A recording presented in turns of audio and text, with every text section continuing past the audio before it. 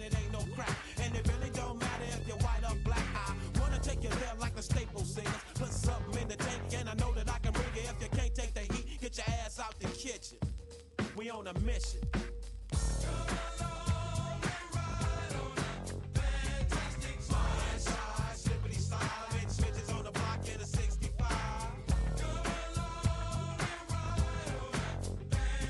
Boom to the hey, all you sports fans out there in the Tubosphere. Welcome to the One Man Sports Round. I am your host, Will, the alternative ESPN Sports Thrill, talking NBA playoffs round one with respect to mostly TNT inside the NBA's coverage. But let's face it, those guys have a great banter, and that's why they've been so successful for so long. See from our Pi Kappa, Alpha, House Sweethearts, U of U Chapter Alpha Tau giving you props. Although, it seems more like maybe it'd be Tri-Lam. When I had to co-host Generation 1, he pointed it out to me. He's Tri-Lam, Maryland. Because we're all about the babes here on the OMSR. And he pointed that out to me, and I was like, you're right, because the term babe doth not know ethnicity. Alright, so why do we have to do a show here? Don't worry, I'm not going to be talking that long, but you're going to get a little bit of the Charles Barkley one-liner, you never know when, of YouTube, and Tosh put together a nice vignette of the highlights. You will get highlights. You're going to get more than 1 and 2 minutes worth. Why? Because we do a show. Why? It's called the DMCA. Digital Millennium Copyright Act. Fair Use Standard, Minimal Use, and Derivatives. So, you know, there has to be an amalgamation of content with that minimal use to give the others their due props. So, the show is copyrighted to the OMSR in terms of the original graphics, the overall concept, here and thereof, and the video highlights courtesy to TNT and the NBA. Alright, so we're going to roll a clip as an example of what you do not want to be like from the files of what I like to call don't be like this guy or gal.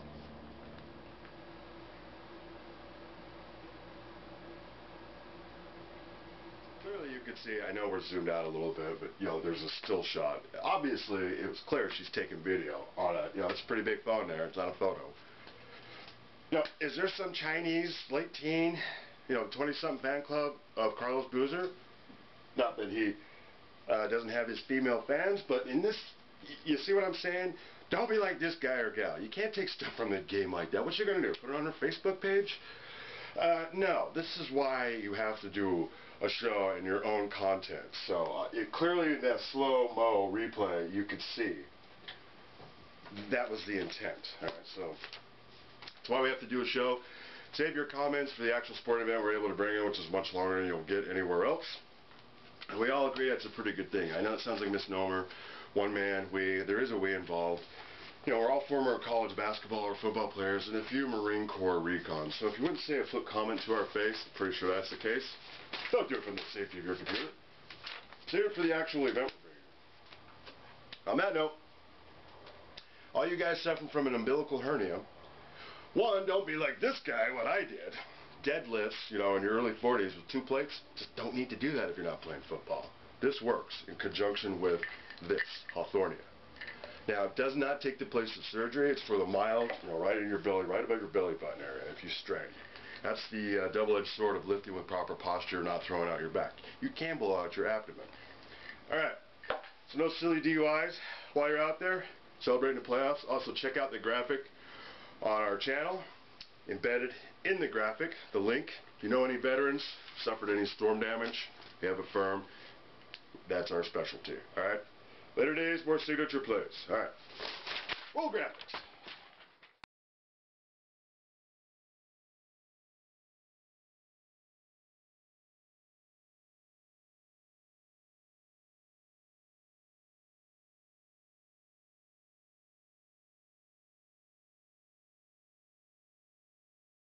It's got so much talent on paper, but the game is not played on paper. In here, man. It's in there because there's... You know how the paper is, right? Yeah. Thank you. By the way, this is Inside the NBA presented by Hyundai. That's Shaq. I'm Ernie. That's Kenny. And the man speaking is Charles. Yeah, but it's just interesting. Like, we get so enamored with talent in our league.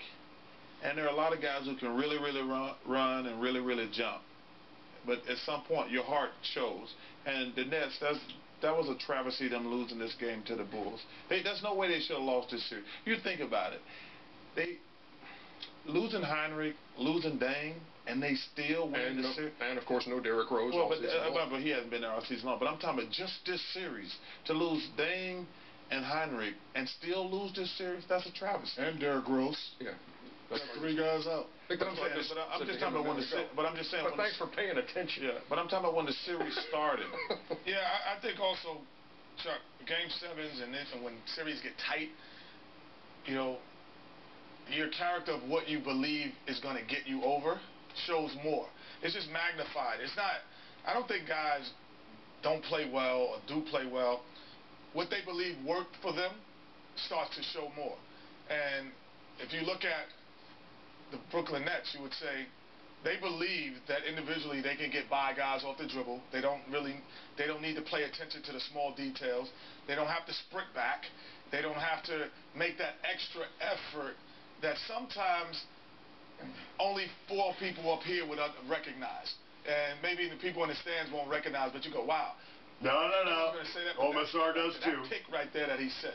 The fact that he saved the loose ball and the butterfly effect in basketball. The tone of how the game That's what he said. played, which Noah does. You forget the 24 and 14, but we used to keep stats on the great teams that I played on. The great coaches that I played with did this. They would have deflections, first to the floor, first to the ball, loose ball. Those are the 3 areas. If you win those 3 areas, you're going to win. You're going to get 24 and 14. But a lot of times, people don't pay attention to deflection. Or if I deflect the pass, lastly, if Shaq, when we play against Shaq, and I'm guarding Penny Hardaway, and I deflect the pass, and Shaq got to come off the box 3 inches, that all of a sudden takes a little bit of effort more for him to score and easier for Hakeem. Those are the type of things that win basketball games. You thought Brooklyn would win this game by double digits easily. What happened? I thought Brooklyn won the game. You know, they're at home. You know, they're traveling their routes. And, you know, I just thought they were going to be very, very motivated.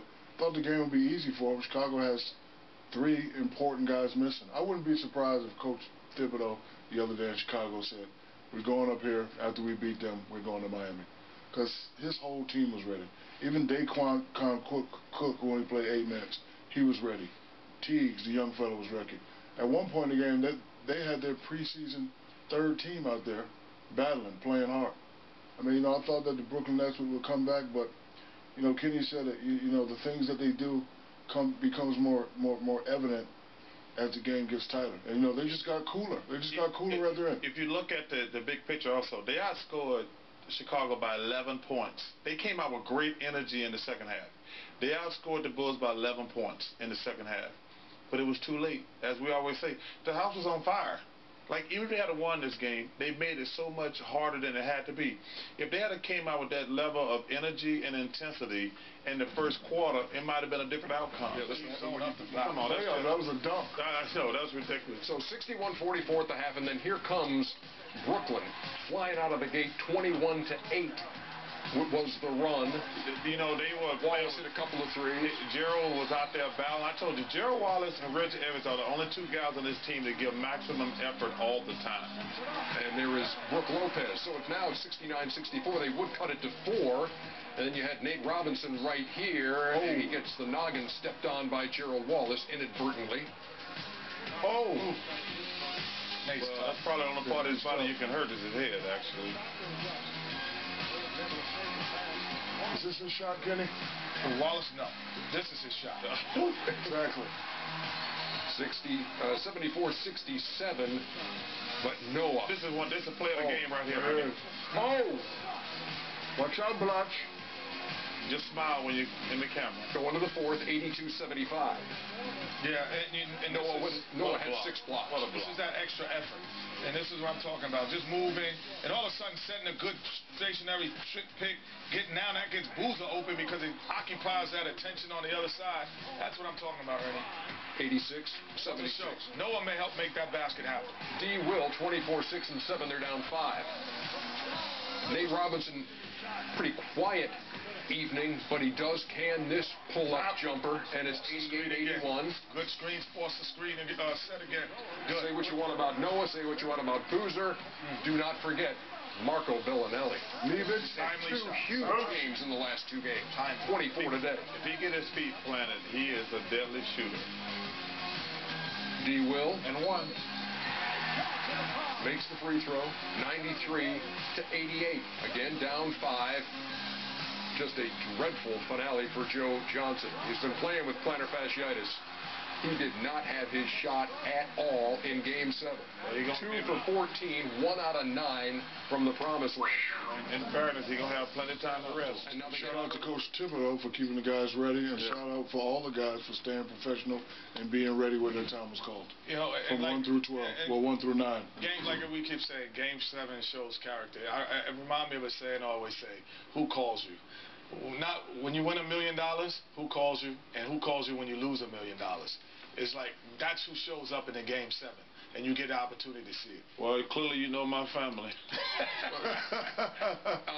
Let's lose $1 million, they call me. When I win $1 million, they call me. They call you on both times? Call me on both times. Okay, well that's not I'm really close. That's actually good then. I mean, I'm a couple bad weeks in from Vegas from being just black. I'm just speaking for America. I'm getting the hell out of here. Y'all on your own. Okay, I got one more question before we head. Let me ask you this question. If you're Eric Spoelstra and the Miami coaching staff, how much are you preparing for Derrick Rose to appear in the series against you? I don't think Derrick Rose coming back. He's not coming back. I was 1 for 1. Please make me 2 for 2. I don't run him out the gym. I don't think he coming back. I don't think he can come back now, Ernie. It's too late. Not even a little contingency saying, just in case. No, he can't. I don't think you.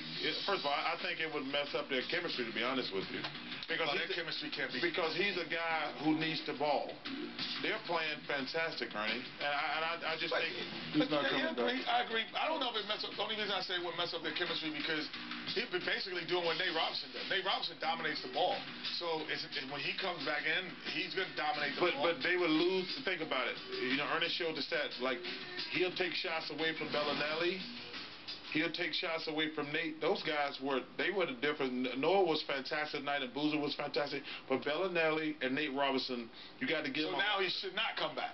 No. I thought he should have came back before now. If he comes back, it ain't going to do nothing but add more fuel to that Miami Heat fire that's already gone. So he should not come back, you know? If he comes back now, he going to have problems. Oh, now y'all changing y'all tone. No, I'm saying he should have came back after the All-Star game, but if he comes back now, it's just going to add No, man, you got it. If you can come back, he still comes back. I just come back now, everybody going to be talking about it, and LeBron going to be... Whoa, now y'all said he should kind of get it. I don't get it. I'm saying it's too late now. He should have came back before. It's not too late. First round, it's the second round. You play against the Miami. You know my rule.